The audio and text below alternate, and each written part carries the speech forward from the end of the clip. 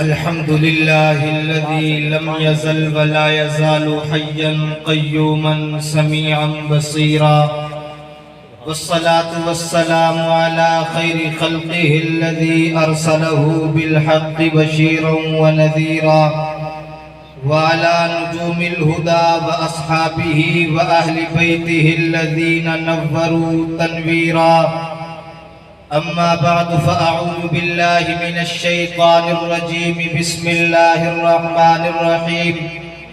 إنما يريد الله ليذهب عنكم الرجس أهل البيت ويطهركم تطهيرا.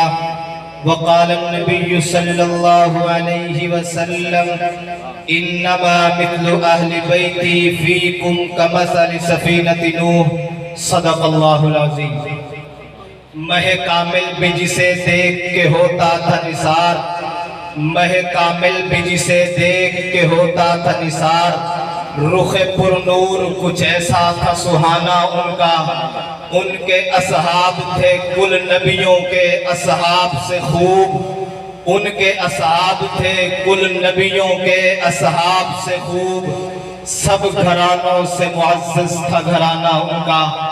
ارباب علم و فضل، قابل قدر رفقاء کرام اور منصب عدل پر براجمان حضرات منصفین عظام، موضوع سخن عظمت اہل بیت ہے. مختصراً یہ کہ اہل بیت کا مصداق کون ہے؟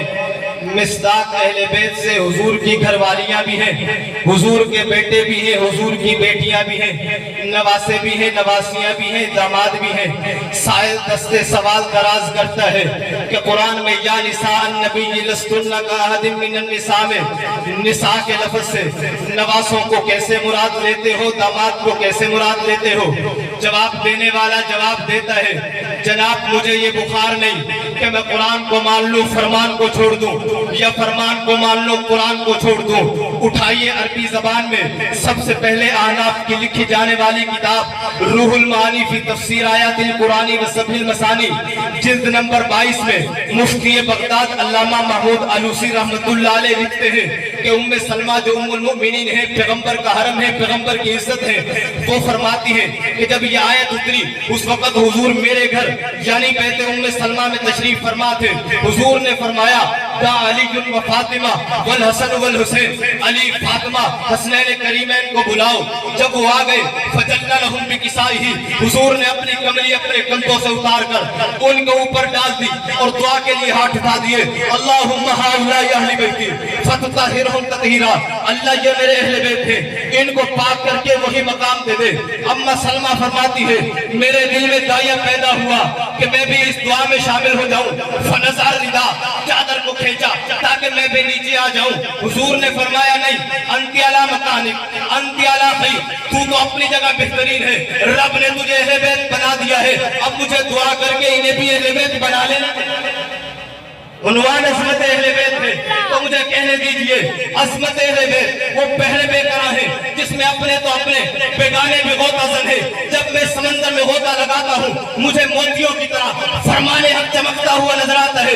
کہیں پہ رب لم یزل انما یرید اللہ لیذہب عنکم الرجس اہل البیت ویطہرکم تطہیرا کہتے ہوئے نظر آتے ہیں.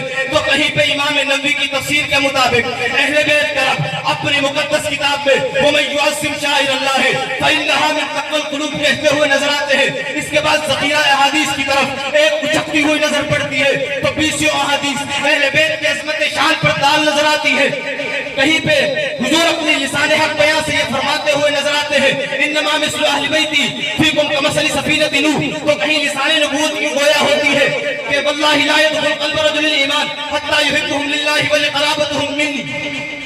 سامعین محترم، اللہ رب العزت نے، میں اس بات پہ فخر کیوں نہ کروں کہ اللہ نے ہمیں اہل بیت کی محبت دی ہے اور فخر بنتا بھی ہے.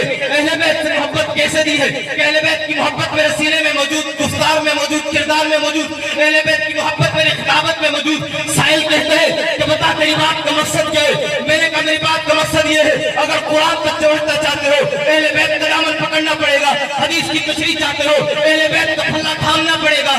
اگر اہل بیت سے نکال دیا جائے تو بچتا کچھ نہیں، دین نہیں بچتا، ایمان نہیں بچتا، قرآن نہیں بچتا.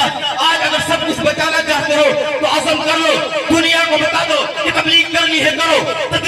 کرنی ہے کرو، سیاست کرنی ہے کرو، اگر ان سب کی آڑ میں اہل بیت کی گستاخی کی، ہم سیسا پلائی دیوار بن کر یہ اعلان کریں گے کہ اس رات سے واقف ہے زمانے والے زندہ ہیں محمد کے، گھرانے والے مٹ گئے، مٹتے ہیں اور مٹ جائیں گے آخر آل محمد تیرا نام مٹانے والے وہ مالینا